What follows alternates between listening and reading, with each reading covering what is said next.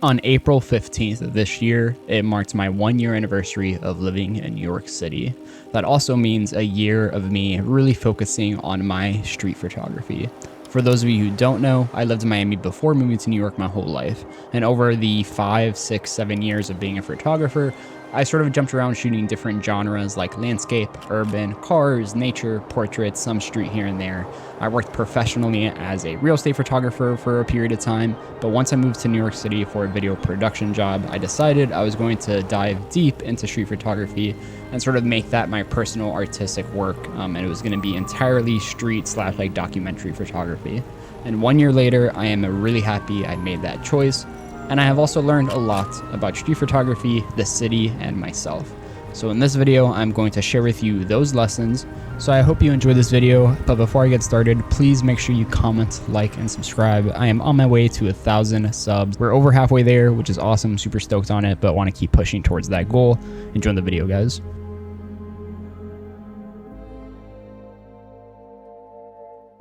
So I'm going to jump straight into the list, and if you see me looking to my left, it's because I have my list written down over here on my monitor. But to get started, shooting enough is hard, and it takes a lot of time and commitment. And what I mean by that, and I'll kind of get into it later, but especially once you start kind of researching and, you know, learning from other street photographers, especially people who do this kind of like full time and this is their gig and they're, you know, kind of full-time artists. A lot of these guys, a lot of these women who shoot street photography full time are shooting full time, and they're shooting 3-4 days a week, 6-8 hours a week, you know, plus editing or going to the lab, whatever it is. It takes a lot of time to shoot enough where you're actually making an impact on your portfolio or you're learning enough and whatever it is. If you're like me, which a lot of you probably are, street photography at the moment is really just a passion, a side project, something you're working on kind of as a hobby. And so, you know, taking time out of our days to, you know, we have full-time jobs and other things we're working on. It's very difficult to find commitment or find time to shoot, and it takes commitment.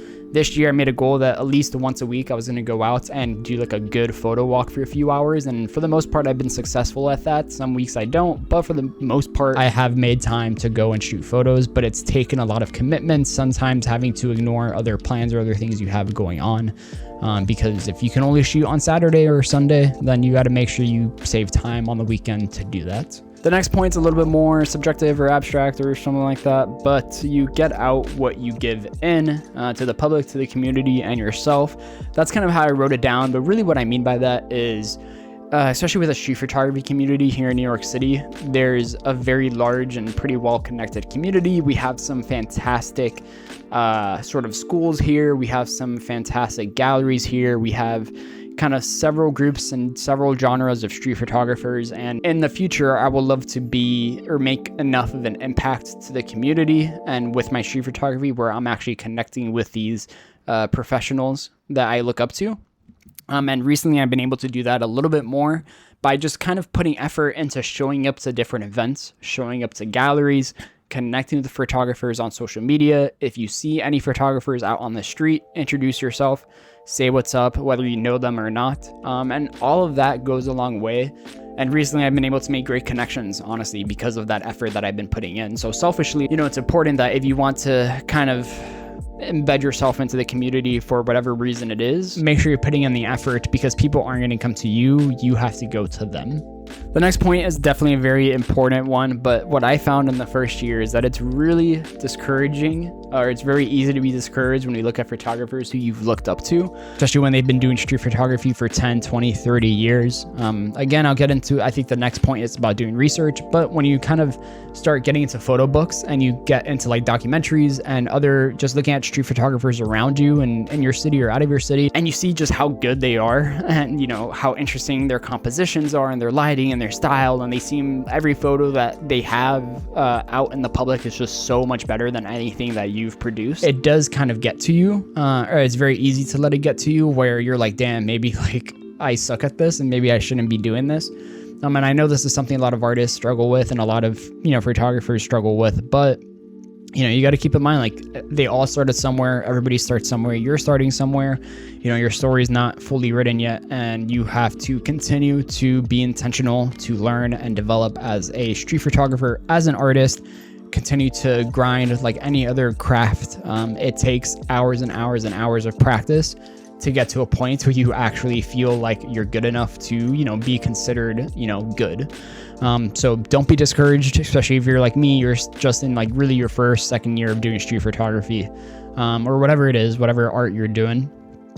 This shit takes time and it takes practice. So, don't let it get to you.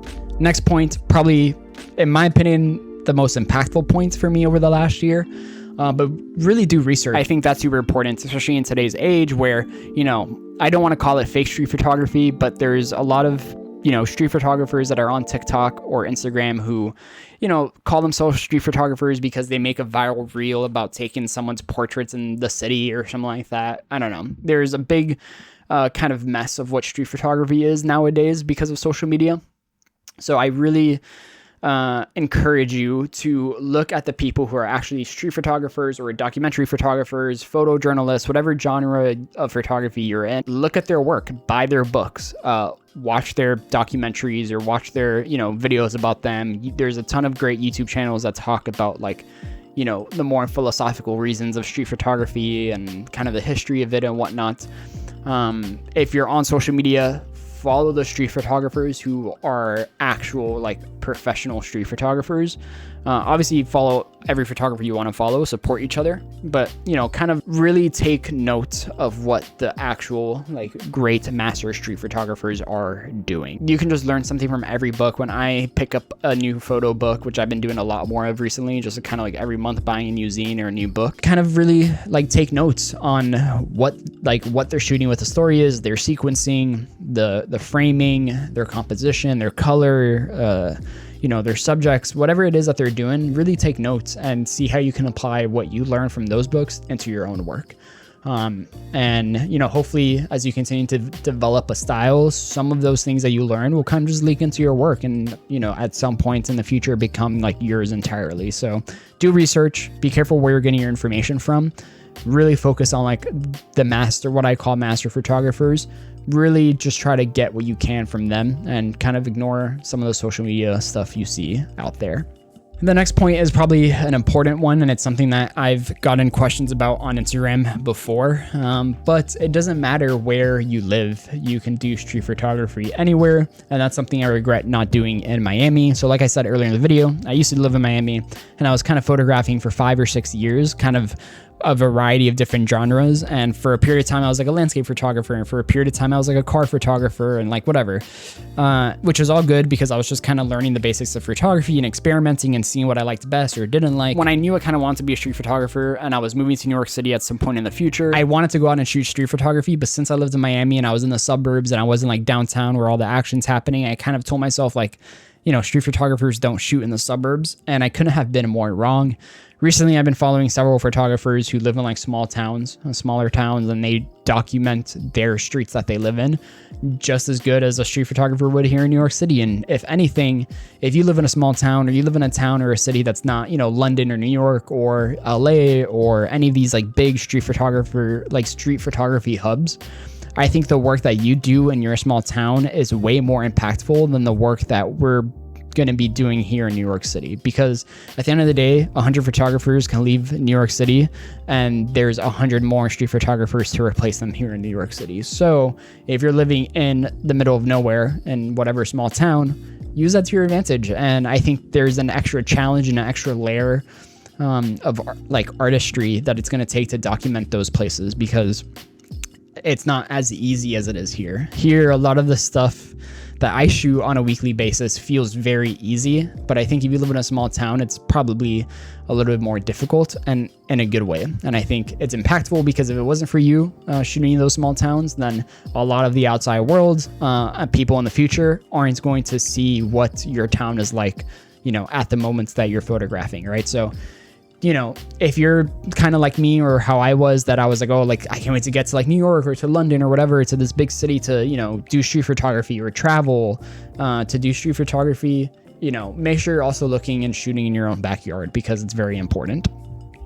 And the last point, which probably arguably is the most important point, is especially after everything I just told you, don't take things so seriously. At the end of the day, if this isn't your full-time job and it's just a passion or a hobby, the most important thing for you to do with it is have fun with it. Once you're feeling stressed, or once you're out on the street and you're not smiling and you're not interacting with the community in a positive way, then I think, you got to take a step back, take a breather, and kind of just like remember why you started and just have fun with it, because this shouldn't be a stressful thing. You should be, every single time you go out, you should have fun with it. Even days that I don't feel like going out to shoot photos and I just want to stay home and do whatever or go out, whenever I'm out in the streets, I'm having a good time with it. So, just have fun. Don't take shit too seriously. It's just a passion at the end of the day. So I'm going to conclude the video there. Don't forget to comment, like, and subscribe.